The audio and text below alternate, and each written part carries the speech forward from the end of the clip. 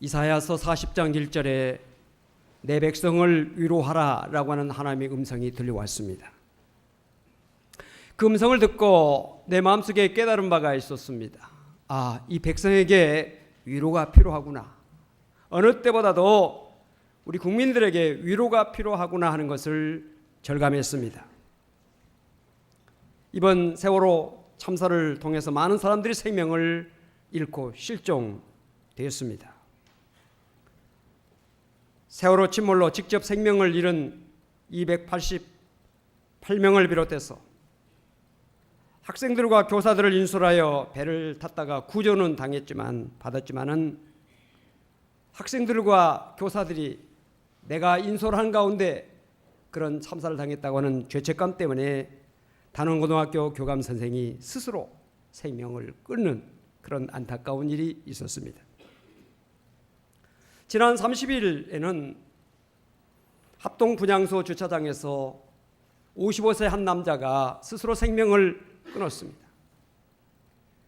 그의 주머니에서 유서가 발견됐는데 그 유서 내용은 세월호로 숨진 학생들을 추모한다. 어른이어서 미안하다. 지갑에 든 70여만 원은 유족들을 위한 성금으로 써달라. 그리고 시신은 기증하겠다 라고 하는 내용이 발견됐습니다. 세월호 실종자를 수색하던 잠수사도 이미 2사람 희생했습니다. 얼마나 많은 사람들이 희생됐습니까? 유족들은 말할 것도 없고 우리 모든 국민들 모두가 슬퍼하고 안타까워하고 있습니다. 이것은 우리 국내에 있는 우리 국민들뿐만 아니라 해외에 있는 교포들에게도 큰 아픔을 주고 있습니다. 미국 전 지역에서 추모 행렬이 끊이지 않고 있고요. 독일을 비롯한 유럽 지역에서도 추모의 행사가 계속되고 있습니다. 사회단체들이 스스로 행사들을 취소하고 있습니다. 한국과 튀니지 월드컵 평가전 응원단들은 실종자의 숫자를 의미하는 16분 동안 침묵으로 응원을 하면서 그들이 속히 부모의 품으로 돌아오기를 염원했습니다. 우리 국민들의 공통적인 마음의 감정은 무엇일까요? 한마디로 표현한다면 미안하다라고 하는 것입니다. 이 자리에 서 있는 저의 마음 역시 막 미안한 마음이 늘 듭니다. 그리고 안타깝습니다. 빈소를 찾아서 국한송이를 영정 앞에 놓는 시민들이나 집안 살림이나 일터에 매여서 빈소를 찾지 못하는 사람이라 할지라도 그 마음에 한결같이 미안하다라고 하는 마음을 가지고 있을 것입니다. 이 시간 이 자리를 빌어서 예수 그리스도의 이름으로 세월호 유가족을 포함해서 우리 모든 국민에게 위로의 말씀을 드립니다. 6월은 호국 보훈의 달입니다. 6월이 호국 보훈의 달인 이유는 무엇입니까? 나라를 지키기 위해서 목숨을 바친 분들의 충성을 기념하는 6월 6일 현충일이 있고 6.25 전쟁 때 나라를 지키기 위해서 희생하신 분들을 기념하는 6.25 기념일이 있기 때문이옵시다. 6월 호국의 보훈의 달을 좀 더 세분한다면 1일부터 10일까지는 추모의 기간입니다. 11일부터 20일까지는 감사의 기간입니다. 21일부터 30일까지는 화합과 단결의 기간입니다. 이것은 국가에서 시책으로 그렇게 정한 기간들입니다. 오늘 우리가 6월 첫째 주일을 드리면서 우리 모든 성도들은 나라를 위해서 순직하신 분들을 진정으로 추모하는 마음과 그들의 가족들을 위로하는 그런 마음을 가져야 될 줄로 믿습니다. 뿐만 아니라 이런 모든 것의 희생을 딛고 이 나라가 이만큼 된 것을 감사하면서 우리 모두가 함께 화합하고 단결하고자 하는 마음을 가져야 될 줄로 믿습니다.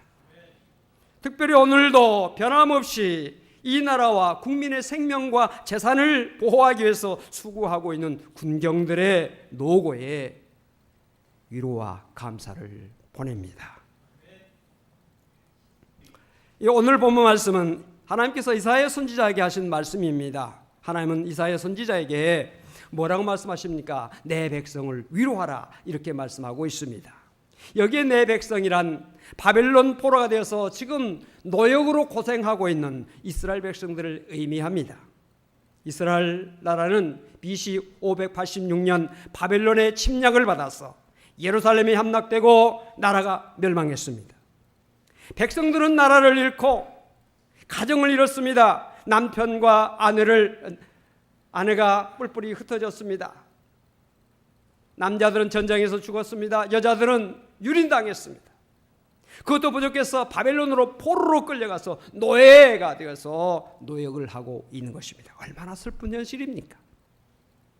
이렇게 된 지 2세대가 지났음에도 불구하고 바벨론은 점점 더 강성해 가고 있고 고국으로 돌아갈 수 있는 소망은 점점 사라지게 됐습니다. 이스라엘 백성들은 날마다 죽지 못해서 하루하루를 절망 가운데 살아가고 있었습니다. 이런 상황 가운데 있는 이스라엘 백성들에게 필요한 것이 무엇이겠습니까? 너희들이 하나님의 말씀을 지키지 않아서 벌을 받아서 바벨론의 포로가 됐다, 책망과 경고의 말씀, 물론 그것도 필요합니다. 그러나 지금 슬픔당하고 고통당하고 있는 이스라엘 백성들에게 무엇보다도 필요한 것이 무엇이겠습니까? 위로옵시다. 위로옵시다. 그래서 하나님께서 이사야 선지자를 보내어서 이스라엘 백성들을 위로하라고 하신 것입니다. 그 위로의 내용이 오늘 본문 1절 2절입니다.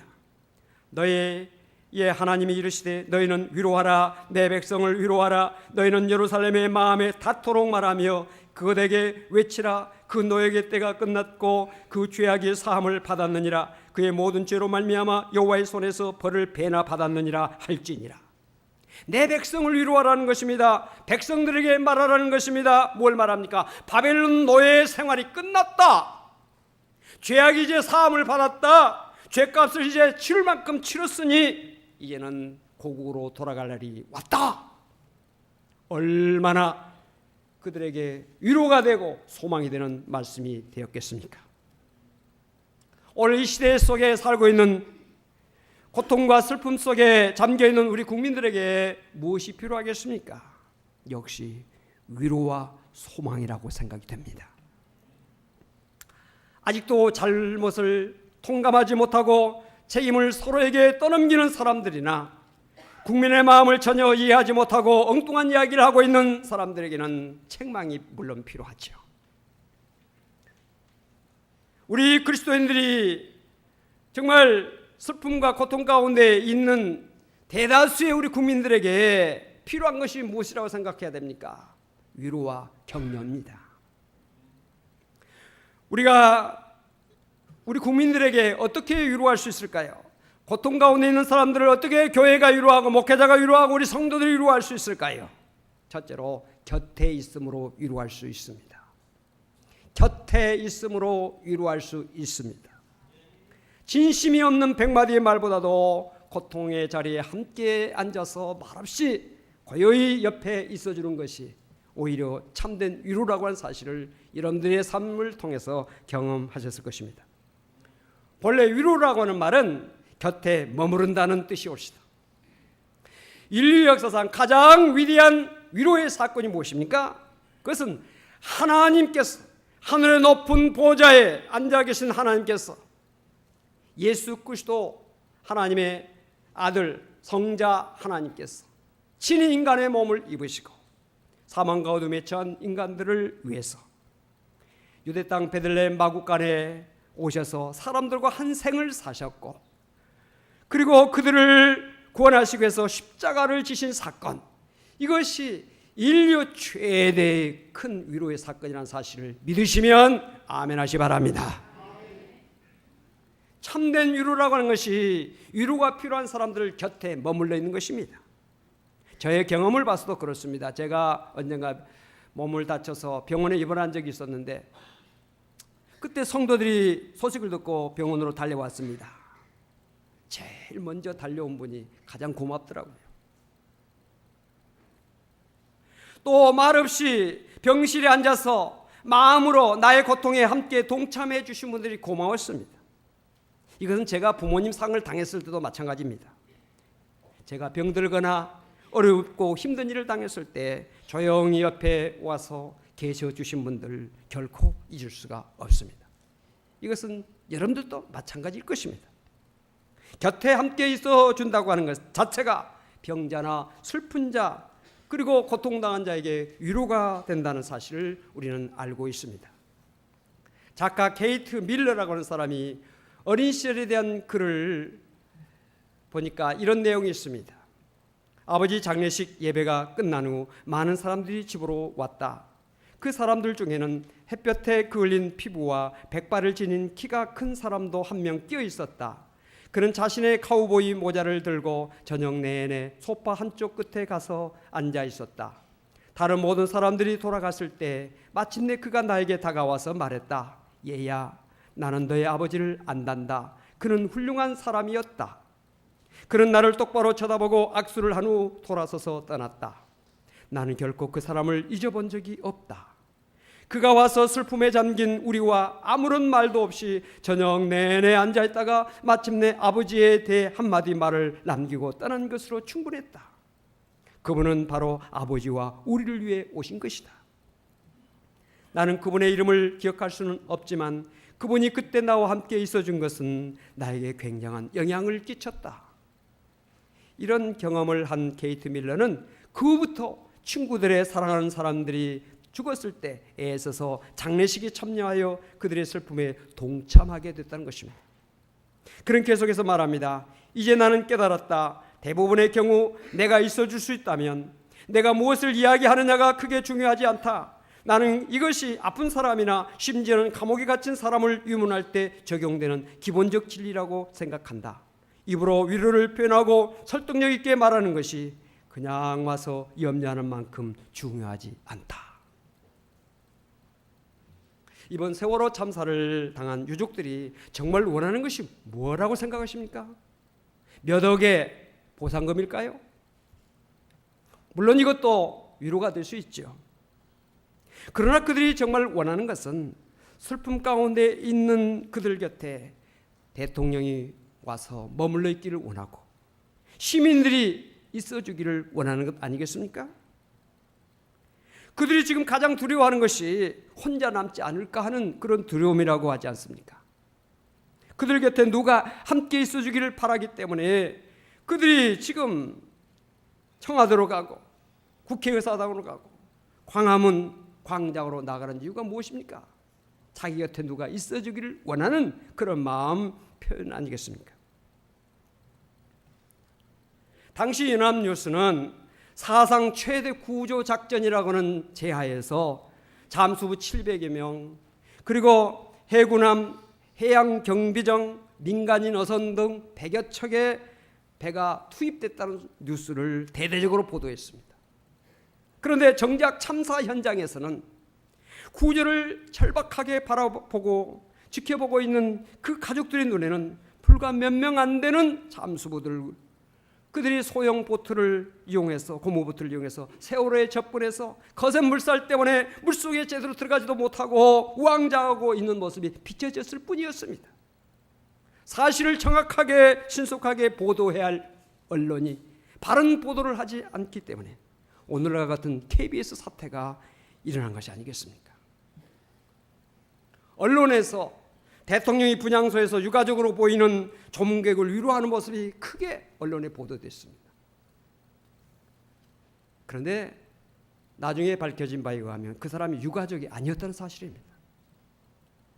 그래서 대통령이 유가족이 아닌 국무회의에서 사과했을 때 유가족들은 그것을 사과로 받아들이지 않으려고 한 것입니다.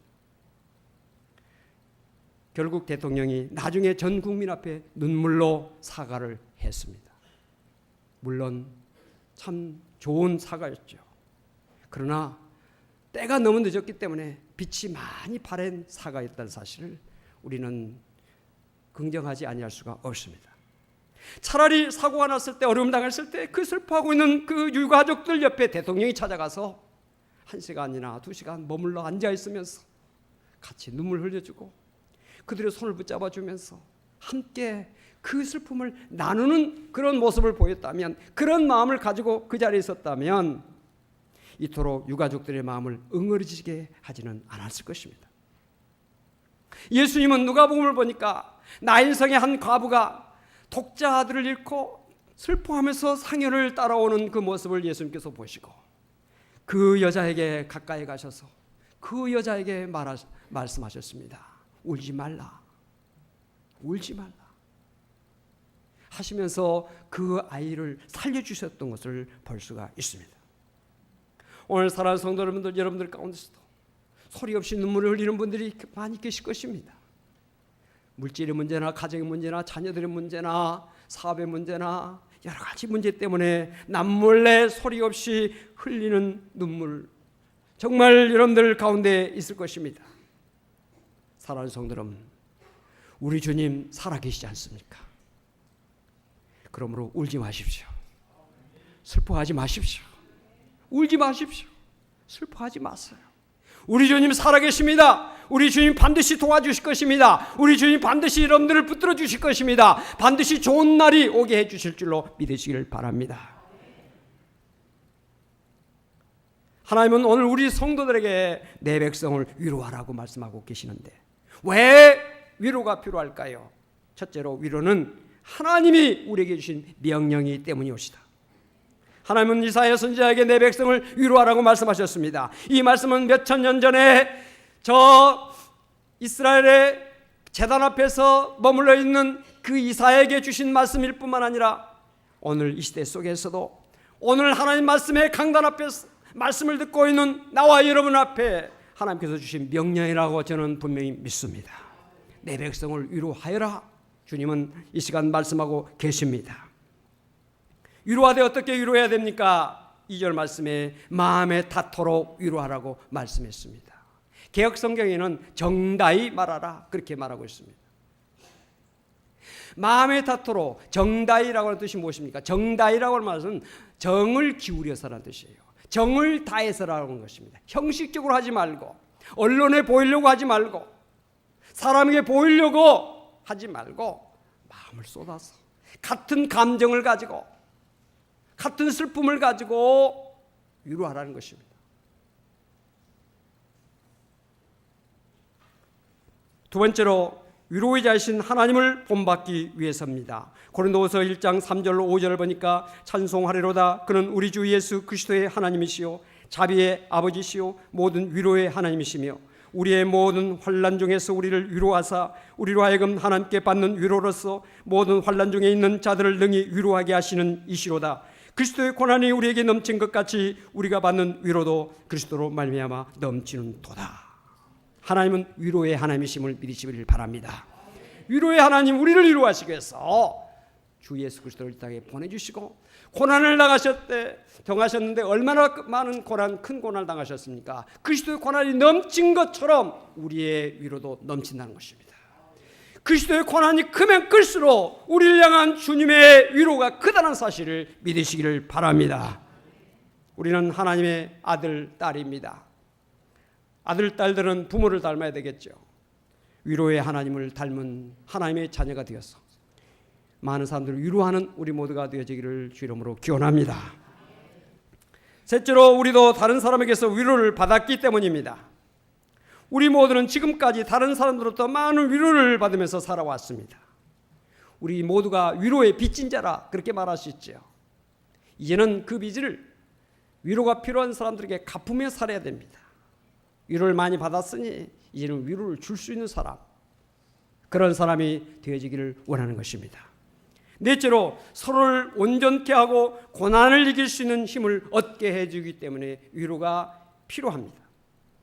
고린도후서 1장 6절에 보니까 우리가 환난 당하는 것도 너희가 위로와 구원을 받게 하려는 것이요 우리가 위로를 받는 것도 너희가 위로를 받게 하려는 것이니 이 위로가 너희 속에 역사하여 우리가 받는 것 같은 고난을 너희도 견디게 하느니라고 말씀했습니다. 위로는 서로에게 믿음을 세워주고 고난을 이길 수 있는 힘을 얻게 해준다는 것입니다. 다섯째로 위로는 용기를 가져다 주기 때문일 것이다. 어떤 장로님 한 분이 계셨는데 사업을 하다가 실패했어요. 그래서 많은 빚을 안게 됐습니다. 아내와 자식들한테 면목이 없어요. 그래서 괴로운 마음에 밤늦게까지 방황하다가 새벽녘에 집에 슬그머니 들어왔습니다. 그런데 아내는 안팎에 불을 환히 켜놓고 남편을 기다리고 있었습니다. 남편이 돌아오자 밝은 미소로 남편을 맞이합니다. 그리고 이런 말을 했습니다. 온 세상 사람들이 당신을 보고 손가락질을 한다 할지라도 나는 당신을 믿어요. 비록 부도가 나서 많은 빚을 졌지만 당신의 진실은 부도나지 않았어요. 나는 당신이 다시 일어날 것을 확신해요. 그 옛날 욥이 다시 하나님의 복을 받아 일어난 것처럼 당신도 하나님의 은혜로 반드시 일어날 거예요. 그리고 나와 우리 애들은 변함없이 당신을 사랑해요. 그 어느 때보다도 지금의 당신을 가장 뜨겁게 사랑해요. 여보 힘내세요. 이 말 한마디 앞에 그 장로님은 목 놓아 울고 말았습니다. 이날 이후로 그 장로님은 다시 용기를 내서 마침내 사업을 다시 일으켜서 오히려 더 큰 성공을 거뒀다 하는 실화가 있습니다. 사랑하는 성도 여러분, 위로의 사람이 되시기를 바랍니다. 주님은 오늘 우리들에게 이 강단을 통해서 위로의 사람이 되라 이렇게 말씀하고 계십니다. 가정에서는 가족 한 사람 한 사람을 위로해 줄 수 있는 사람이 되어지기를 바랍니다.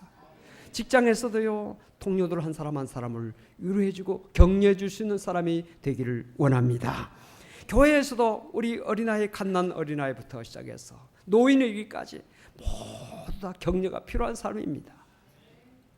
솔직한 심정으로 목사인 저도 격려가 필요하고 위로가 필요하더라고요. 저도 필요한데 여러분들 필요하지 않겠어요? 서로 필요한 겁니다. 그래서 데살로니가전서에 보니까 사도 바울은 말했습니다. 서로 피차 위로하라 그랬어요. 피차 위로하는 겁니다. 얼마나 수고 많으세요. 많이 애쓰시죠. 많이 힘드시죠. 힘내세요.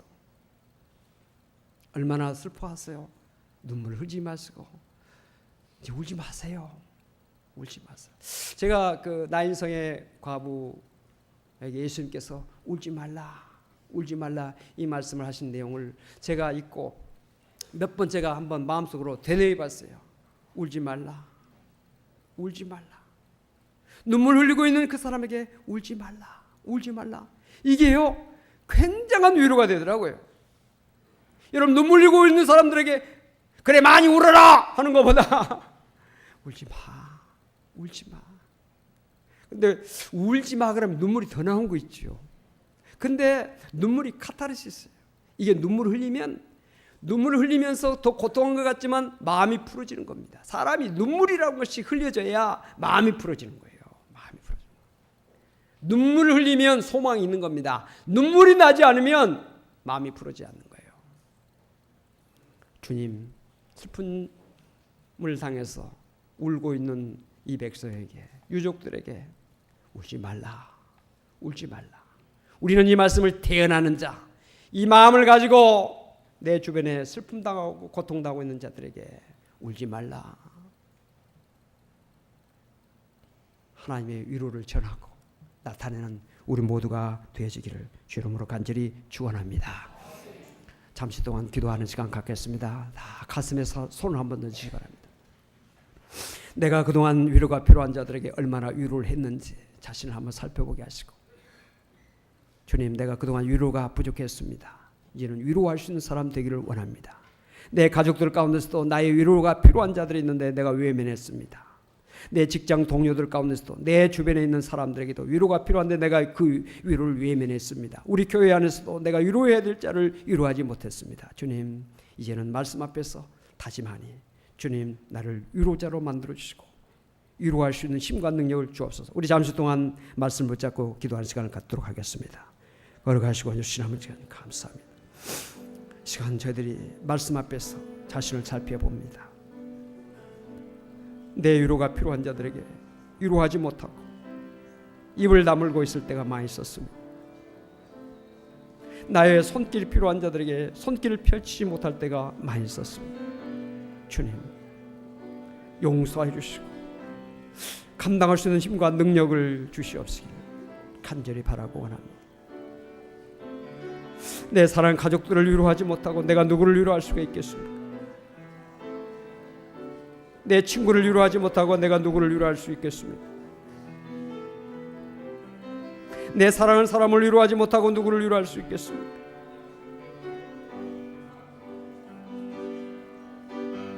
교회 안에서도 위로자가 되게 하시고 직장에서도 위로자가 되게 해주시고 이웃 사람들을 위로할 수 있는 자가 될 수 있도록 하나님 도와주시고 역사여 주옵소서. 이 백성들을 위로해 주시옵소서. 이 백성들을 위로해 주시옵소서. 슬픔의 자리에서 일어설 수 있도록 주님 도와주시고 역사여 주옵소서.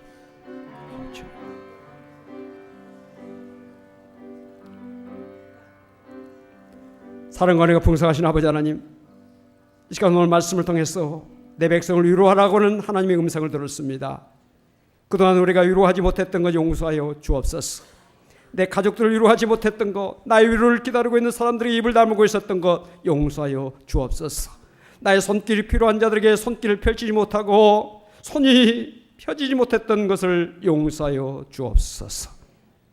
주님, 일터에서도 직장에서도 또한 우리의 주변의 사람들에게 마땅히 우리의 손길을 펼치는 그리스도인들이 되어야 됨에도 불구하고 그런 일을 제대로 하지 못했던 것 주님 아십니다.